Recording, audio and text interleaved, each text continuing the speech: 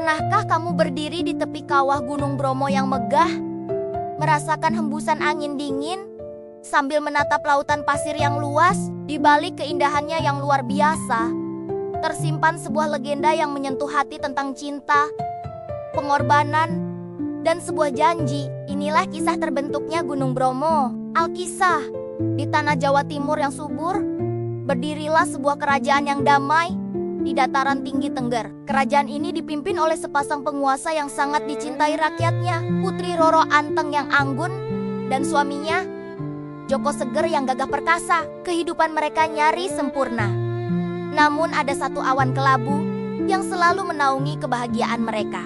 Tahun demi tahun berlalu, istana mereka tetap sepi, tanpa tangisan seorang anak. Rasa rindu akan buah hati membawa mereka pada sebuah perjalanan spiritual yang penuh keputusasaan. Mereka mendaki puncak sebuah gunung yang sunyi, dan di sana, dengan hati yang hancur, mereka memanjatkan doa yang paling tulus kepada para dewa penguasa gunung. Mereka memohon agar dikaruniai keturunan untuk melanjutkan takhta kerajaan. Tiba-tiba, doa mereka terjawab dengan cara yang tak terduga. Bumi bergetar hebat, asap tebal membubung dari kawah, dan dari dalamnya muncullah sosok raksasa yang mengerikan. Kulitnya sekeras batu, matanya menyala bagai bara api. Dialah Kiai Bima, sang penguasa gaib gunung itu. Suaranya menggelegar seperti guntur. Aku mendengar permohonan kalian, Roro Anteng dan Joko Seger. Terkejut sekaligus berharap. Kiai Bima melanjutkan, aku akan memberimu keturunan.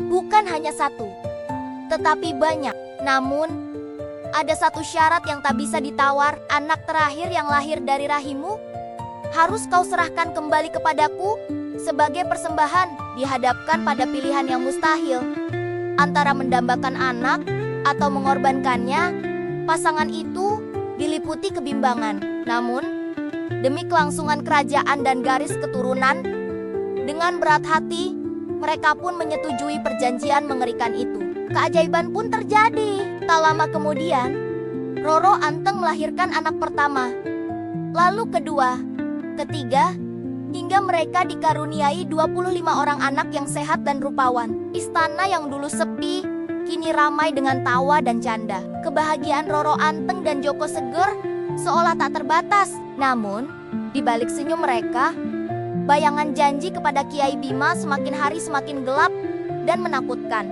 Waktu pun berlalu, dan anak bungsu mereka lahir. Bayi laki-laki itu diberi nama Radia Kusuma. Ia adalah bayi yang istimewa.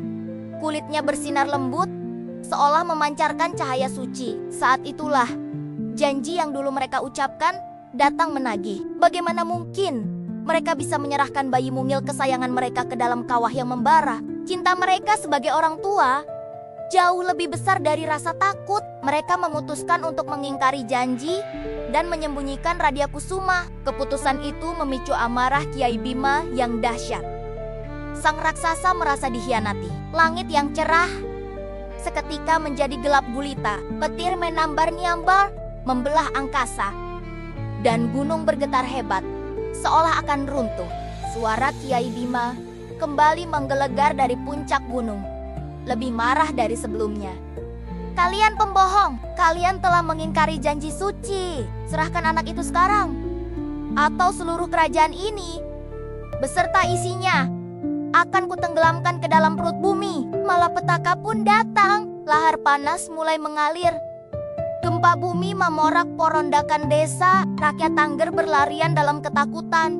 Di tengah kepanikan, Roro Anteng dan Joko Seger menyadari bahwa keegoisan mereka telah membawa bencana bagi semua orang. Dengan air mata yang tak terbendung, mereka tahu apa yang harus dilakukan untuk menyelamatkan rakyat mereka. Sambil memeluk erat Radia Kusuma untuk terakhir kalinya, mereka membawanya ke tepi kawah yang bergejolak.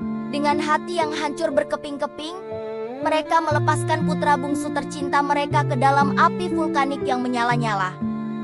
Seketika, keajaiban terjadi. Gempa berhenti, langit kembali cerah, dan amarah Kiai Bima pun lenyap. Hening menyelimuti puncak gunung. Lalu, dari dalam kawah, Terdengarlah sebuah suara lembut yang bukan milik sang raksasa. Itu adalah suara Radia Kusuma. Ayah, ibu, janganlah bersedih.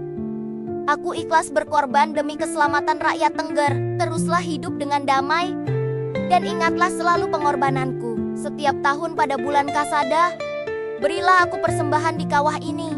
Sejak saat itulah, gunung tempat pengorbanan itu terjadi dikenal sebagai Gunung Bromo, yang diyakini berasal dari kata Brahma, dewa pencipta dalam kepercayaan Hindu.